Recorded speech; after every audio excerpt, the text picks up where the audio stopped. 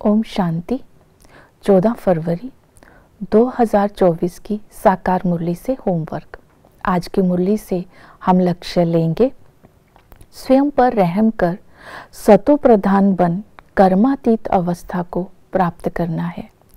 स्वयं पर रहम करना अर्थात अंतर्मुखी बन स्व का कल्याण करना और दूसरों का कल्याण करना। आज अंतर्मुखी बनकर अपनी मन को अंतर्मुखी बनाकर दूसरों की कमजोरियां देखने की आंख को बंद करना है।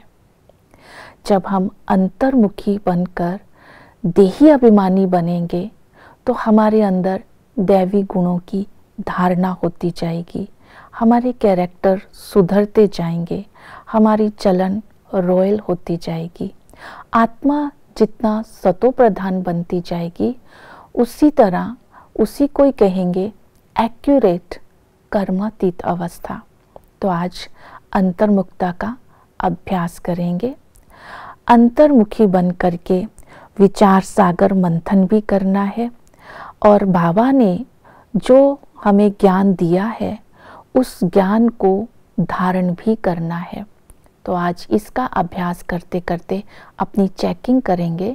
हम किसी की कमी तो नहीं देखते, हमारी संकल्प, बोल, कर्म हर तरह की चलन में रॉयल्टी आई है और अपने हर गुण, हर शक्ति को मैं कर्म में यूज़ कर रही हूँ। तो जब तक हम अंतर्मुखी होंगे तभी यूज़ कर सकते हैं, क्योंकि हमारे मन, बुद्धि, संस्कार, वृत्ति, हमारे भावनाएं ये अंतर का मुख है। बाहर का मुख हमें देही अभिमानी बनाता है और अंतर का मुख हमें देही अभिमानी बनाता है। तो हमारी याद की यात्रा रहती है और दिव्य गुण हमें धारण होते हैं। तो सेल्फ रिफ्लेक्शन करनी है अंतर्मुखी होकर, क्या मैं सदा हर्षित रहती हूँ? अगर मैं हर्षित नहीं रहती हूँ तो उसमें हर्षित रहने में कौन से कारण है जो रोला डालते हैं? तो इसके लिए, हर्षित रहने के लिए आज अपने अंदर इसका अभ्यास करेंगे कि मैं ब्रॉड माइंडेड आत्मा हूँ, अर्थात बड़े दिल वाली आत्मा हूँ। जैसे कोई मनसा तूफान आता है, शरीर की बीमारी का तूफान, हलचल होती है, सेवा में हलचल होती है, प्रकृति की हलचल होती है, किसी भी प्रकार के संबंध में हलचल होती है। जो भी हलचल होती है वो हलचल को होने पर दिल शिकस्त नहीं होना है। मैं बड़ी दिल वाली हूँ, इस स्वमान को इमर्ज करना है। जैसे ही हम अपने दिल को बड़ा करेंगे अर्थात ब्रॉड माइंडेड बनेंगे तो सारी बातों को संभालेंगे और हम अचल रहेंगे, निर्विघ्न रहेंगे। तो ये अभ्यास, ये अटेंशन आज हम देंगे। दूसरा है चक्र की स्मृति में रखना है, क्योंकि हमारी बुद्धि में अगर चक्र फिरता रहेगा तो हम माया के चक्र से दूर रहेंगे। इसलिए अपनी बुद्धि को चक्र से भरपूर रखना है तो हम स्वदर्शन चक्रधारी भी बन जाएंगे।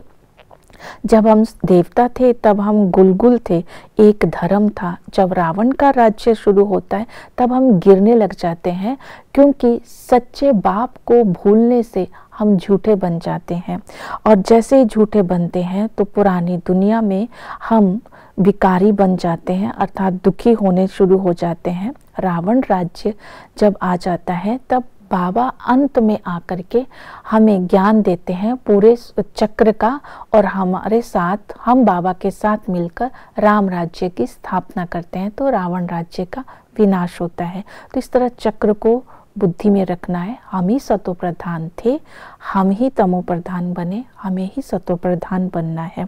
फिर अपने को पावन बनाने के लिए याद की यात्रा को बुद्धि में रखना है। बाबा ने कहा कि याद की यात्रा में रहने से तुम्हारे विकर्म विनाश होंगे। हम बेहद के बाप के बच्चे हैं तो बेहद के वर्षे का हमारा अधिकार है, हमारा वर्षा बेहद की बादशाही का है। तो इस खुशी व नशे में रहना है। टीचर बन करके वो हमें ऐसी ऊंची पढ़ाई पढ़ाते हैं जिससे हम देवता बनते हैं।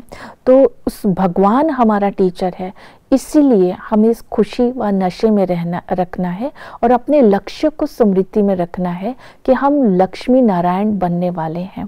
तो लक्ष्मी नारायण का चित्र व सीढ़ी का चित्र जब हम सामने रखेंगे तो लक्ष्य भी सामने आएगा और साथ साथ माया के चक्र से भी हम मुक्त हो जाएंगे। सतगुरु आकर के हमारी सद्गति करते हैं, हमें मुक्ति, जीवन मुक्ति का वर्षा देते हैं।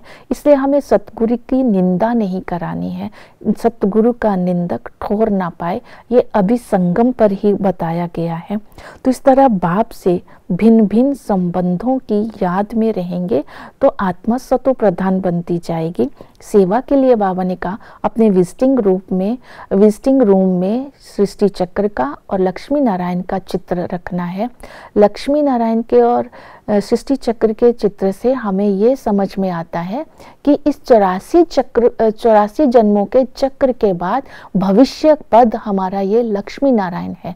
ये खुद को समझने से खुशी होगी और हम दूसरों को भी समझा सकते हैं। फिर बाबा ने बोला प्रदर्शनी में समझाना है, जितना ज्ञान की धारणा होगी उतना ही हम समझा सकेंगे, नहीं तो और ही डिससर्विस कर देंगे कि बाप सर्वव्यापी नहीं है, वो हमें अभी विश्व की बादशाही देने आया है। तो उनको भी चक्र के ऊपर और भविष्य पद के लिए लक्ष्य के ऊपर समझाना है।